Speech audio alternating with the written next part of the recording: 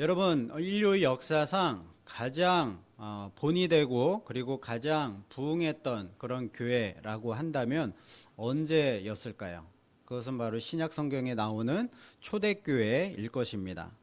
초대교회가 당시에 성령 충만하고 그리고 놀라운 부흥의 역사가 있다고 해서요. 그 초대교회가 평안하고 평안하기만 했을까요? 형통하기만 했을까요? 그렇지 않습니다. 오히려 그 초대교회 가운데는요, 더 큰 핍박이 있었고 더 큰 박해의 역사들이 있었습니다. 당시의 그 교회들은요, 로마 제국이 다스리고 있던 그 전역에서 극심한 핍박과 박해를 경험해야만 했습니다. 거의 모든 성도들, 신자들이요, 사회적으로, 정치적으로, 경제적으로 고통을 당하고 있었고요. 어떤 신자들은 순교하기까지 했습니다. 요한은요, 그때까지 이 복음 전파하기를 멈추지 않았기 때문에 결국에 핍박을 받고 박해를 받아서 이 반모섬이라는 곳에 유배를 당하게 되었습니다. 오늘 이 요한계시록 말씀은요, 요한이 주님이 보여주시는 그 놀라운 환상을 보고 그 말씀을 기록한 성경입니다. 오늘 우리는 이 사도 요한이 주님과 복음 때문에 유배를 당한 이 반모섬에서 본 놀라운 환상을 통해서 성령이 교회들에게 하시는 말씀을 듣고자 합니다. 오늘 9절 말씀에 보면요, 나 요한은 너희 형제요 예수의 환난과 나라와 참음에 동참하는 자라. 하나님의 말씀과 예수를 증언하였으므로 말미암아 반모라 하는 섬에 있었더니 라고 이렇게 이 성경 말씀의 시작을 하고 있습니다. 요한은요, 이 반모섬에 뭐 이렇게 자기의 뜻으로 반모섬에 간 것이 아니라 유배를 당했다라는 것이죠. 그리고 그곳에서 무엇을 했는가? 예수의 환난과 나라와 참음에 동참하기를 애썼다는 것입니다. 그는요, 하나님의 말씀과 예수님을 증언했다는 이유로 감금을 당한 것이죠. 여기서 요한은요, 우리 성도들을 향해서 너희의 형제다라고 얘기를 하고 있습니다. 요한은요, 자신을 어떤 뭐 특별한 사도나 어떤 선지자처럼 여기지 않았고요. 너희와 똑같은 성도로서 내가 이곳에 핍박을 당해서 지금 유배를 당해 와 있고, 그리고 성령의 음성을 듣고 지금 기록한 것을 너희에게 써서 보내고 있다라고 지금 얘기를 하고 있는 것입니다. 이 요한은요, 우리 성도들과 함께 예수의 환난에 동참하고 있다라고 얘기를 하고 있습니다. 자, 이 말씀이 무슨 뜻입니까? 그리스도를 믿음으로 인해서 겪는 고난과 핍박을 의미하는 것이죠. 당시 로마 제국에 이 황제 숭배 강요가 너무나도 극심했습니다. 그래서 이 황제 숭배를 하지 않는, 특히 이 그리스도인들에 대해서 이런 핍박과 박해가 너무나도 컸다는 것이죠. 그래서 나는 예수의 환난에 동참하는 자다. 그랬기 때문에 이 반모섬에 유배를 당해 와 있다라고 지금 고백을 하고 있는 것입니다. 그리고 이 요한은요, 예수의 나라에 동참하고 있다라고 얘기를 하고 있습니다. 현재는 고난을 당하고 있지만 궁극적으로 임하게 될 그 하나님의 통치와 그리스도의 왕국을 바라보는 그 소망을 품고 살아가고 있다라는 것을 고백하고 있는 것입니다. 여러분, 우리에게도 이러한 은혜가 있기를 원합니다. 항상 고난은 당하고 있지만 우리가 고난을 당하고 있는 이 현실 속에서도 하나님 나라에 동참하는 그런 은혜가 날마다 우리에게 있기를 간절히 소원합니다. 그리고 이 요한은요, 예수의 참음에 동참하고 있다라고 얘기를 하고 있습니다. 고난 속에서도요, 믿음을 굳건히 지키면서 하나님의 그때, 하나님의 나라와 통치가 이루어지는 그때를 기다리는 그 인내를 지금도 계속 하고 있다라는 것입니다. 요한은요, 이렇게 예수의 환난과 나라와 참음에 동참하는 자로서 하나님의 말씀과 예수를 증언하는 일을 멈추지 않았기 때문에 지금 이 반모섬에 유배를 당해 있게 되었던 것입니다. 이 반모섬은요, 에게해에 있는 작은 바위섬이었는데요. 로마 제국 시대에는요, 정치범이나 종교범들을 추방하던 곳이 바로 이 반모섬이었습니다.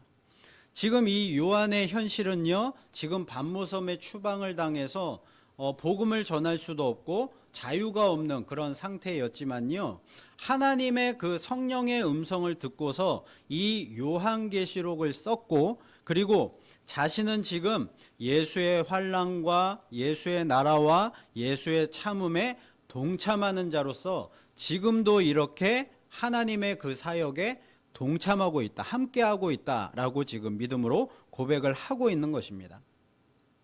여러분, 이 요한이 지금 반모섬에 있는 것이 얼마나 그에게는 고난일 수도 있지만 그에게는 오히려 축복이 되었다라는 사실이죠. 여러분의 삶 속에서도요, 혹시 이 반모섬과 같은 주를 위한 고난에 동참했던 그런 시간들이 있으십니까? 나의 그 믿음 때문에, 예수를 믿는다는 그 믿음 때문에 손해를 본다거나 아니면 세상 속에서 홀로 외로이 믿음을 지키려고 애썼던 그런 때가 여러분 있으십니까? 만약 그런 때가 있었다면 여러분은 예수의 환난과 나라와 참음에 동참하는 자가 되신 것입니다. 사실 성경에 보면요, 주님을 믿는 자들에게 고난이 있는 것은 당연하다라고 말씀하고 있습니다. 그리고 그러한 고난이 성도들에게는요, 오히려 유익하고 축복받을 기회가 될 수 있다라고 말을 하고 있습니다. 자, 마찬가지로요, 요한도요, 반모섬으로 유배를 간 것이 겉으로 보기에는 고난이고 핍박이었지만요, 그것 때문에 성령에 감동되어서 그곳에서 하나님의 그 큰 음성을 듣게 되었고요, 그것을 두루마리에 써서 그것을 기록을 해서 그 당시 소아시아의 7교회에 이것을 보내게 된 것입니다. 성령께서 그 편지를 7교회에 보내게 하신 그 목적이 무엇이겠습니까? 바로 핍박당하고 있었던 그 교회와 성도들에게 주님이 너희와 함께 하시니 두려워하지 말라, 내가 반드시 승리할 것이다 라는 그 희망과 소망의 메시지를 전하기 위해서였습니다. 여러분, 바로 이것이 요한계시록의 기록 목적이라는 것입니다. 여러분, 얼마나 큰 축복입니까? 요한이 그 반모섬에서 이 요한계시록을 쓰게 된 것, 그리고 그 당시에 7교회가요, 그 7교회들이 이 요한계시록의 말씀을 받은 것, 그리고 지금 우리가 이 요한계시록의 말씀을 읽고 이 은혜를 누릴 수 있다는 것, 이것이 얼마나 큰 축복입니까? 요한이 박해를 당하지 않았다면요, 반모섬으로 유배를 당하지 않았다면요, 지금의 이 요한계시록은요, 존재하지 않았을 수도 있습니다. 여기서 7교회에 편지를 보냈다고 하는데요, 이 7이라는 숫자는 완전수를 의미합니다. 자, 그래서 당시의 소아시아의 7교회는요, 완전한 그 교회, 당시의 모든 그 완전한 교회들을 대표하는 것입니다. 또한 지금까지 있는 모든 교회들, 그리고 앞으로 있을 모든 교회들을 상징하는 것이죠. 그러니까 당시에 쓰여진 이 요한계시록은요, 당시의 그 7교회뿐만이 아니라 지금의 우리에게까지도, 또 앞으로 존재할 모든 교회 그리고 성도들에게까지도 전해질 그런 복음의 말씀이라는 것이죠. 그러므로 오늘 요한계시록 이 말씀을 통해서 주시는 이 말씀을요, 우리는 성령이 지금의 모든 교회들에게 하시는 그 말씀으로 들어야 할 줄로 믿습니다. 요한은요, 자신에게 말한 이 음성을 따라서 뒤를 돌아봤는데요, 너무나도 놀라운 광경을 목격하게 되었습니다. 12절과 13절 말씀을 우리 함께 읽어보도록 하겠습니다. 시작. 몸을 돌이켜 나에게 말한 음성을 알아보려고 돌이킬 때에 7 금촛대를 보았는데 촛대 사이에 인자 같은 이가 발에 끌리는 옷을 입고 가슴에 금띠를 띠고. 아멘. 자, 요한이 본 것은 무엇이었습니까? 7 금촛대를 보았고요, 그리고 그 사이에 계신 인자 같은 이를 보았다라는 것입니다. 여러분, 이 요한계시록 말씀을 이제 하나하나 한 구절 한 구절 이렇게 함께 살펴보면서 나아갈 때에 그런 상상을 해보시면 좋을 것 같습니다. 요한이 본 모습이 과연 어떠한 모습이었는지를 여러분 머릿속으로 상상을 하시면서 이렇게 들으시기를 바랍니다. 자, 그리고 20절을 보면요, 일곱 금촛대가 무엇인가 하면 일곱 교회를 상징한다라고 했습니다. 자, 그러니까요, 이 교회는요, 세상의 어둠을 밝히는 빛의 공동체라는 것이죠. 일곱 금초대처럼 일곱 교회는 이 세상을 밝히는 그런 빛의 역할을 한다라는 것입니다. 자, 그리고 그 빛이 무엇입니까? 바로 예수 그리스도에게서 나온다는 것이죠. 자, 그러므로 인자 같은 이는 누구십니까? 다름 아닌 예수 그리스도를 말하는 것입니다. 자, 그러니까요, 예수님이 이 일곱 금촛대 사이에 계신다, 거니신다라는 뜻은 무엇인가 하면 예수님께서 항상 교회와 함께 계시고요, 교회를 지키시고 보호하고 계신다라는 사실입니다. 여러분, 우리 성도들이 바로 교회입니다. 예수님은요, 우리와 영원토록 함께 하시겠다라고 약속해 주셨습니다. 그러니까요, 예수님이 눈에 보이지 않을지라도요, 우리의 삶 가운데 우리 주변에 우리와 함께 영원토록 지금도 우리가 예배하는 이 자리에 예수님께서 함께 거니시고 계심을 여러분 믿으시기를 바랍니다. 자, 이제 요한은요, 이 예수님, 예수 그리스도의 모습에 대해서 상세하게 지금 묘사하고 있습니다. 자, 이 요한이 본 예수님의 모습을 상상하시면서 각각 무엇을 상징하는지 그것을 함께 우리가 살펴보고요. 예수님의 이 모습이 어떠한 모습인가를 여러분 머릿속으로 잘 그려보시기를 바랍니다. 자, 13절 말씀 보시면요, 함께 읽어보겠습니다. 시작. 촛대 사이에 인자 같은 이가 발에 끌리는 옷을 입고 가슴에 금띠를 띠고. 자, 촛대 사이에 이제 예수님이 계십니다. 자, 그런데 예수님이 어떤 옷을 입었는가? 발에 끌리는 긴 옷을 입었다는 것입니다. 이 발에 끌리는 긴 옷은요, 당시에 왕이나 제사장이 입었던 그런 옷을 얘기하는 것입니다. 그리고 가슴에 금띠를 띄었다라는 것은요, 어떤 그런 권위, 위엄을 나타내는 것입니다. 그래서 이 금띠는 왕이나 당시에 어떤 고위 관료들이 이런 복장을 했기 때문에요. 자, 이것은 예수 그리스도께서 왕적인 권위와 그리고 신적인 영광을 가지셨다라는 것을 뜻하는 것이죠. 자, 그러니까요, 예수님께서 왕으로서 이 세상을 다스리시고요, 우리의 삶을 다스리시고 또한 대제사장이 되셔서 우리를 하나님께로 인도하는 그런 역할을 하신다라는 것을 말씀하고 있는 것입니다.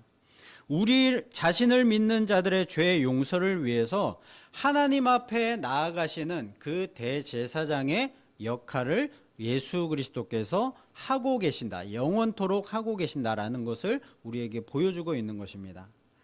자, 그리고 14절 말씀 보시면요, 그의 머리와 털의 희기가 흰 양털 같고 눈 같으며 그의 눈은 불꽃 같고, 이렇게 얘기를 하고 있습니다.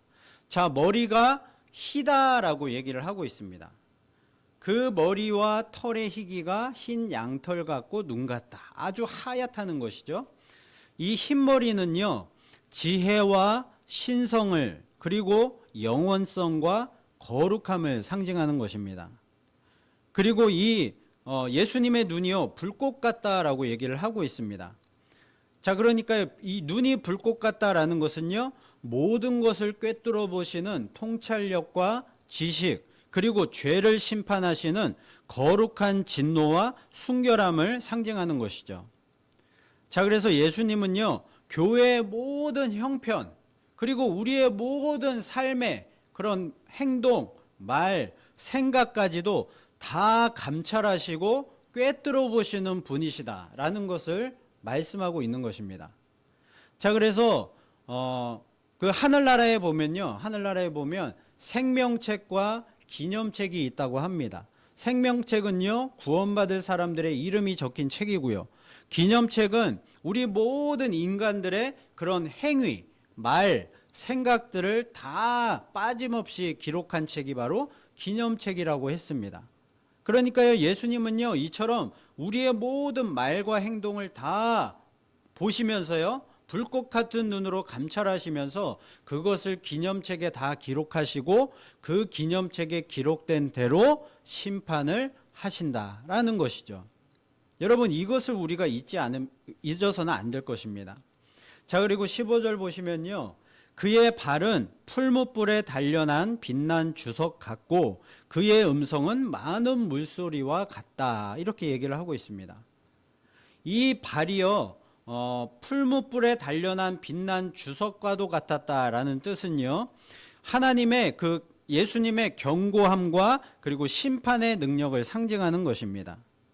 그러니까요, 예수님께서 모든 악을 밟아서 심판하시고 승리하실 분임을 나타내고 있는 것이죠.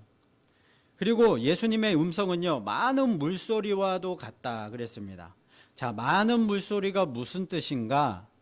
주님의 그 음성이요, 정말로 거대한 폭포, 그리고 바다의 그런 웅장한 파도 소리와도 같았다라는 것을 비유해서 이렇게 말을 한 것입니다. 여러분, 나이아가라 폭포를 혹시 가보신 적이 있습니까?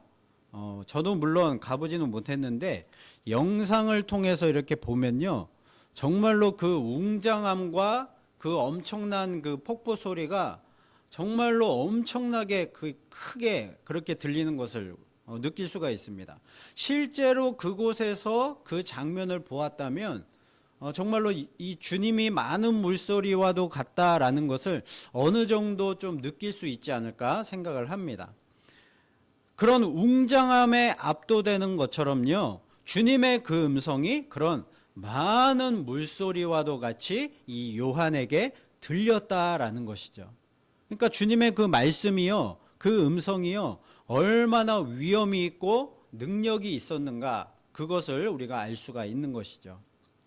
자, 그리고 16절 보시면요, 그의 오른손에 7별이 있고 그의 입에서 좌우에 날성검이 나오고 그 얼굴은 해가 힘있게 비치는 것 같더라, 이렇게 얘기를 하고 있습니다. 자, 오른손에 7별이 있다고 했습니다. 이 오른손은요, 권위와 권능을 상징을 합니다. 그리고 구약 성경에 보면요, 아버지가 아들을 축복할 때요, 이 오른손으로 항상 축복을 합니다. 그래서 오른손은요, 이 축복과 권능과 권위를 상징을 하는 것이죠. 이 오른손에 무엇을 잡고 있다고 합니까? 7별이 있다고 했습니다. 그리고 20절 말씀에 보면요, 이 7별은 7교회의 사자다라고 얘기를 하고 있습니다. 7별의 사자라는 것은요, 7 그 교회의 지도자들을 얘기하는 것입니다. 교회를 다스리는, 지금으로 따지면요, 뭐 교회 목사나 장로, 이런 지도자들을 얘기하는 것이죠. 자, 그래서 7교회의 사자는요, 모든 교회 지도자들을 뜻하는 것인데요, 이 말씀은 예수님께서 이 오른손의 그 권능으로 절대로 놓치지 않는 그 힘과 능력으로요, 7교회 이 지도자들을, 모든 교회의 지도자들을 이렇게 보호하시고 감찰하시고 붙잡아 주시고 그 7교회 지도자들을 통해서, 모든 교회 지도자들을 통해서 이 모든 하나님의 역사들을 이루어가고 계신다라는 뜻입니다. 그래서요, 모든 교회의 운명은 오직 예수 그리스도의 그 권능의 오른손에 달려있다라는 것을 뜻하는 것이죠. 자, 그러니까요, 교회가 뭐 교회가 능력이 없어서 어떤 일들을 감당하지 못하는 것이 아니라 예수 그리스도의 그 능력만 의지하면요, 작은 교회라고 할지라도, 능력 없는 보잘것없는 그런 교회라고 할지라도요, 예수님의 그 능력만 의지하면 모든 것을 능력 있게 잘 감당할 수 있다는 뜻입니다. 여러분, 우리 교회도요, 그런 교회가 되기를 소원합니다. 예수님의 그 권능의 손에 사로잡혀서요, 작은 교회일지라도, 또한 능력이 없어 보이는 교회일지라도 예수님의 그 권능의 오른손만 의지하고 나아갈 때에 우리 교회가 능히 예수님께서 우리에게 주신 이 사명들, 이 검단 지역의 복음화와 다음 세대 소망이 되는 그 교회로서 온전히 잘 쓰임을 받는 그런 영광의 역사가 있게 될 줄로 믿습니다. 자, 그리고요, 그의 입에서는 좌우의 날성검이 나오고 있다라고 얘기를 하고 있습니다. 이 검이 무엇입니까? 바로 하나님의 말씀이죠. 이 예수님의 입에 있는 검은요, 양날을 가지고 있다고 했습니다. 좌우의 날성검, 양날의 검이라는 것이죠. 이 좌우의 날이 서 있다는 것은요, 이 하나님 말씀, 그리스도의 말씀의 양면성을 나타내는 것입니다. 이 예수님의 말씀은요, 죄를 심판하고 악을 멸하는 심판의 말씀인 동시에 회개하고 돌이키는 자들에게는요, 생명과 구원을 주시는 능력의 말씀이 된다는 것이죠. 여러분, 우리 히브리서 4장 12절 말씀 함께 읽어보도록 하겠습니다. 시작. 하나님의 말씀은 살아있고 능력이 활력이 있어 좌우의 날선 어떤 검보다도 예리하여 혼과 영과 및 관절과 골수를 찔러 쪼개기까지 하며 또 마음의 생각과 뜻을 판단하나니. 아멘. 여러분, 하나님의 말씀은 죽어있는 말씀이 아닙니다. 지금까지도 살아있고요, 능력이 있습니다. 자, 그래서요, 우리의 이 혼과 영과 관절과 골수를 찔러 쪼갠다. 우리의 모든 것들을 다 변화시키고도 남을 그 능력이 있다는 것입니다.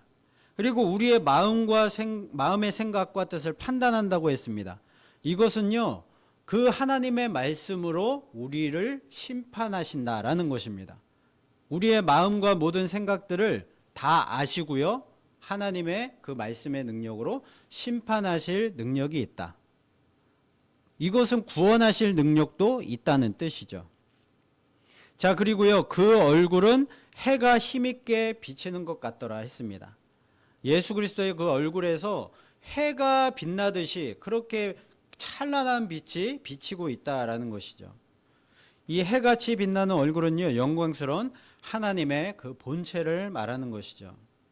자, 이것은 마치 변화산에서 예수님과 그리고 엘리야와 모세가 함께 대화를 나누었을 때 이 베드로와 제자들이 그 모습을 지켜봤는데요, 그 예수님의 얼굴이 해같이 빛난다, 하얗게 빛났다라고 얘기를 하고 있습니다.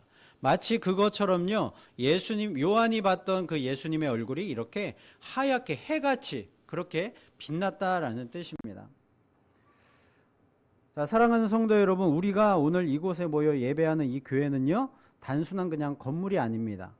또한 우리 인간적인 노력과 계획으로 이런 교회가 세워지는 것도 아닙니다. 교회는요, 바로 오늘 말씀에서처럼 촛대 사이를 다니시며 그 불꽃 같은 눈으로 우리 각자와 교회 모든 형편을 꿰뚫어 보시는 부활하신 예수 그리스도의 몸이라는 것이죠. 여러분, 우리 교회 참된 주인이 누구십니까? 바로 이 영광스러운 예수 그리스도이십니다. 여러분, 그분은 지금도 살아계시고요, 우리 교회 가운데 또한 우리의 모든 삶 가운데 함께 계시고요, 불꽃 같은 눈으로 우리를 지켜보고 계십니다. 여러분, 그분의 말씀으로 말미암아 우리가 구원도 받을 수 있고요, 심판도 받을 수가 있는 것입니다. 그분의 말씀으로 말미암아 우리가 다시금 살아날 수가 있게 되고요, 고난과 역경 가운데도 승리하는 삶을 살아갈 수가 있는 것이죠. 예수님은요, 지금도 살아계셔서 우리 가운데 임하여 계시고요, 또 우리의 예배를 받으시고 우리를 영원토록 다스리시는 우리 교회의 주인이심을 믿습니다. 자, 요한이요, 이토록 영광스러운 주님의 모습을 보았을 때 어떤 반응을 보이고 있습니까? 17절에 보면요, 그의 발 앞에 엎드러져 죽은 자 같이 되었다고 합니다. 자, 그런데 그 가운데 예수님께서 오른손을 이 요한에게 얹으시고요, 두려워하지 말라, 나는 처음이요 마지막이니, 이런 말씀을 하셨습니다. 여러분, 요한은요, 주님의 영광 앞에서 그 영광스러운 모습을 마주하고 나서 그 앞에서 완전히 죽은 자처럼 엎드러졌습니다. 자기가 엎드리고 싶어서 엎드린 것이 아니라 그 영광의 주님 앞에서 엎드릴 수밖에 없었다는 것이죠. 우리 인간은요, 죄와 연약함 때문에 하나님의 거룩하신 임재 앞에서는 감히 설 수 없는 존재라는 것이죠. 자, 그런데 그 순간에요, 주님은 당신의 오른손을 요한에게 얹으시면서 따뜻하게 말씀을 하십니다. 두려워하지 말라. 나는 처음이요 마지막이다. 주님께서 이 위로의 말씀을 하시는 것입니다. 나는 처음이요 마지막이다. 그리스도가 영원하신 분이시다. 내가 세상의 시작이고 세상의 끝이다. 모든 이 세상의 주권을 가지신 그런 전능하신 하나님이다 라는 말씀을 하고 계시는 것입니다. 자, 그래서 주님을 믿는 우리에게는요, 그 어떤 상황 가운데서도 두려움이 없다는 것이죠. 주님만 믿으면, 주님만 붙잡으면 두려워할 것이 없다는 것입니다. 18절에 보면요, 곧 살아있는 자라 내가 전에 죽었었노라 볼지어다 이제 세세토록 살아있어 사망과 음부의 열쇠를 가졌다 라고 말씀하고 계십니다. 예수님은요, 한때 십자가에서 죽으셨습니다. 우리의 죄를 사하시기 위해서 죽으셨습니다. 그런데 다시 부활하셨고요, 지금까지 영원토록 앞으로도 살아계시는 전능하신 하나님이십니다. 죄와 사망의 권세를 이기시고 부활하셔서 영원히 살아계시는 그분이 우리의 모든 삶을 지키시고 계신다라는 것이죠. 그러니까 우리는 두려워할 필요가 없다는 것입니다. 그리고 주님은요, 사망과 음부의 열쇠를 가지고 계시다라고 얘기를 하고 있습니다. 여러분, 이것이 무슨 의미일까요? 세상의 어떤 권세자도 죽음의 권세마저도 그분을 이길 수 없다는 뜻입니다. 모든 생명과 그리고 죽음이 그분의 손에 달려 있다는 것이죠. 우리가 마주하는 어떤 고난과 질병, 이 절망적인 상황 속에서도요, 심지어 죽음의 문턱 앞에서도 우리를 건지시고 일으켜 세우실 분은 오직 예수 그리스도 한 분밖에 없다는 뜻입니다. 여러분, 예수님은 능히 모든 사망 권세를 이기시고 고난과 두려움 가운데 빠진 우리를 일으켜 세우시는 분이심을 믿으시기를 바랍니다. 여러분, 우리 주님만이 우리의 참된 위로와 소망이 되심을 잊지 마시기를 바랍니다.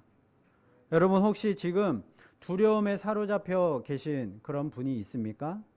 어떤 재정적인 어려움 때문에, 그리고 사람들과의 관계 어려움 때문에, 또한 신앙의 문제 때문에, 우리 건강의 문제 때문에, 그리고 자녀 문제들 때문에 그런 수많은 그런 세상의 문제들이 우리를 낙심케 할 수가 있습니다. 그러나 기억하십시오. 모든 이 세상의 사망과 음부의 열쇠를 가지신 그 전능하신 주님이 우리와 함께하고 계시다는 사실입니다. 여러분, 그분이 우리에게 뭐라고 말씀하십니까? 두려워하지 말라, 내가 너와 함께함이라 라고 말씀하고 계십니다. 그분이 지금도 우리 곁에서 영원토록 우리와 함께 하시면서 우리의 모든 삶을 지켜주고 계신다는 것이죠. 여러분, 주님의 그 능력의 말씀만 의지하면요, 우리의 영혼이 위로받고 다시금 힘차게 일어서는 은혜가 있게 될 줄로 믿습니다. 주님은요, 요한을 이렇게 위로하시고 일으켜 세우신 후에 아주 중요한 명령을 주셨습니다. 19절 말씀 함께 읽어보겠습니다. 시작. 그러므로 내가 본 것과 지금 있는 일과 장차 될 일을 기록하라. 기록하라 라는 명령을 주셨습니다. 그런데 세 가지를 기록하라고 했습니다. 내가 본 것, 지금 성령께서 보여주시는 이 모든 환상을 기록하라 라는 것이죠. 기록으로 남기라는 것입니다. 그리고 지금 있는 일, 지금 있는 일이 무엇입니까? 지금 7교회, 이 소아시아에 있던 7교회가 지금 로마 제국 때문에 박해를 받고 핍박을 받고 있고 모든 성도들이 지금 힘겨운 고난을 받고 있는 이 현실을 기록하라는 것입니다. 자, 그리고 앞으로 장차 될 일, 하나님께서 하나님 나라를 이루시고 우리의 모든 성도들의 고난을 다 또한 담당하시고 이 모든 것들 가운데 하나님의 뜻을 이루어 가시고 결국에는 새하늘과 새 땅을 창조하실, 모든 것을 심판하실 그 장차 될 일, 종말에 일어날 모든 일들을 기록하라라는 것입니다. 여러분, 이 기록의 목적이 무엇입니까? 앞으로 오고 오는 모든 세대, 교회, 또 우리 성도들에게 이 말씀을 알 수 있도록, 하나님의 말씀을 들을 수 있도록 하라는 것이죠. 여러분, 이 말씀은 오늘날 우리에게도 동일하게 적용되고 있습니다. 우리에게도 이 사명이 있다는 것이죠.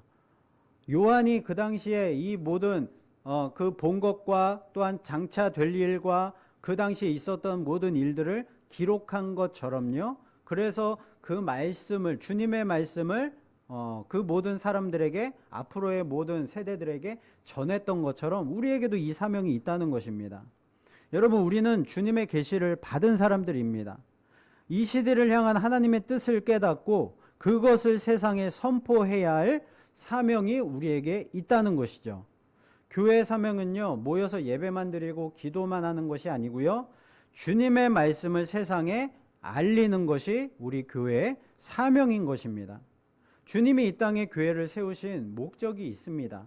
주님의 사명을 감당하라는 것이죠. 교회는요, 우리가 보고 듣고 깨달은 주님의 말씀을 세상에 알리고 전해야 하는 것이 사명이라는 것입니다.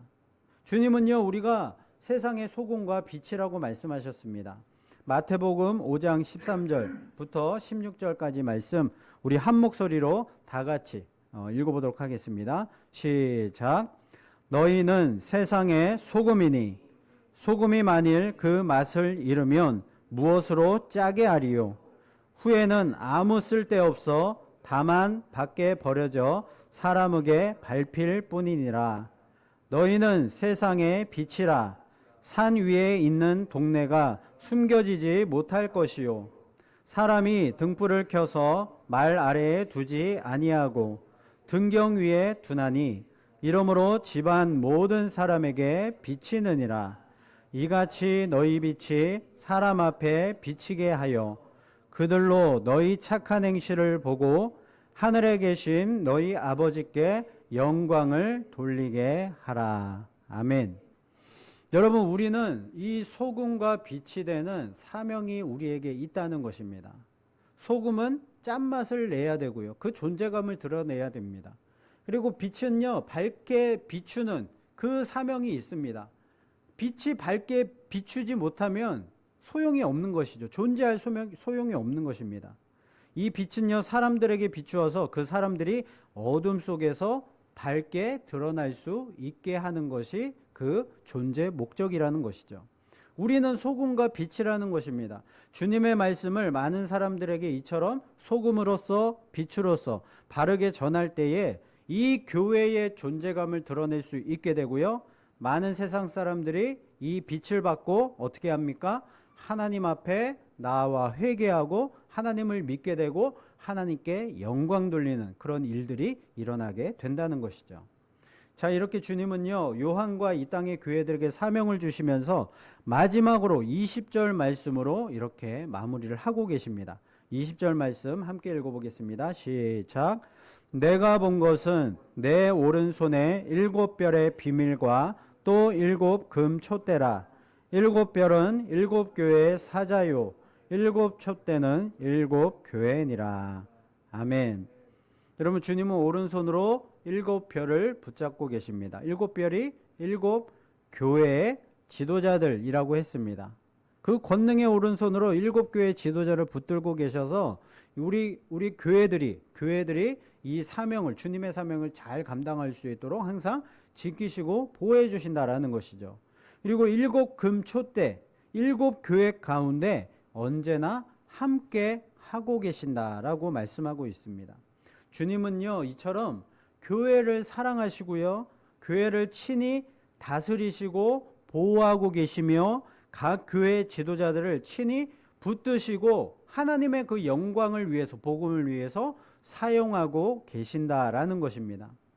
교회는요, 그분의 몸이고요, 그분이 생명을 주어서 구원하신 백성들의 공동체입니다. 주님은 결코 교회를 버리시거나 포기하시거나 홀로 남겨두지 않으신다라는 것이죠.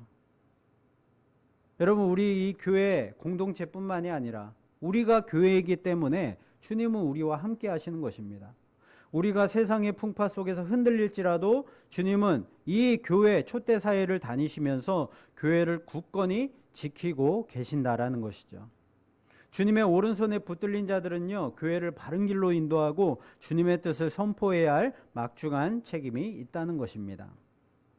사랑하는 성도 여러분, 반모섬의 요한에게 나타나신 이 영광스러운 주님은요, 오늘날도 우리 교회와 성도들의 삶 속에서도 동일하게 함께하고 계십니다.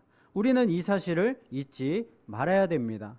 오늘 성령이 교회들에게 하시는 이 말씀을 여러분 들으시기를 바랍니다. 첫째는 촛대 사회를 거니시는 주님을 기억하라는 것이죠. 주님은요, 우리 삶 가운데, 우리 교회들 가운데 항상 함께 하시고 우리를 지켜주신다라는 것이죠. 불꽃 같은 눈으로 우리를 지켜주고 계십니다. 그리고 두려워하지 말고 사명을 감당하라는 것입니다. 그 전능하신 주님이 우리와 함께 하시면서요, 두려워하지 말라, 내가 너와 함께함이라 라고 말씀하고 계십니다. 여러분, 우리는 사명이 있는 자들입니다. 요한이 이 말씀을 기록해서 그 말씀을 전한 것처럼 우리에게도 이 복음을 전해야 할 사명이 있다는 것이죠. 나만 잘 먹고 잘 사는 것이 우리의 사명이 아니고요, 나만 구원받고 천국 들어가는 것이 사명이 아니라 우리 모든 믿음의 가족들, 가정들, 그리고 우리 이웃에 있는 사람들, 그 영혼들이 다 함께 구원받고 천국에 들어가는 것이 우리의 사명이라는 것입니다. 여러분, 우리의 능력으로 할 수 있는 일은 아니지만 우리가 그것을 위해서, 복음 전하기를 위해서 최선의 노력을 다해야 한다는 것이죠. 이것을 기억하면서 감당할 때에 하나님께서 길을 열어주시고 우리 믿지 않는 그런 가족 식구들, 또한 이웃들, 친구들이 예수님을 영접하게 되는 놀라운 역사가 일어나게 될 줄로 믿습니다. 그리고 세 번째로 우리의 예배와 삶이 주님을 영화롭게 하라는 것입니다. 주님이 우리를 구원으로 부르신 이유는요, 나 혼자 잘 먹고 잘 살라는 것이 아니라 우리의 삶으로 불신자들에게 복음을 전하고요, 주님의 사랑을 나타내고요, 예배와 삶을 통해서 하나님의 나라를 확장하고 하나님의 뜻을 이 땅 가운데 이루라는 것입니다. 우리는 능력이 없지만 교회와 성도를 오른손에 붙들고 계시는 주님께서 우리를 통해 역사하실 줄로 믿습니다. 사랑하는 성도 여러분, 반모섬의 요한에게 영광스러운 모습으로 나타나셨던 그 주님은요, 우리와 지금도 함께하고 계십니다.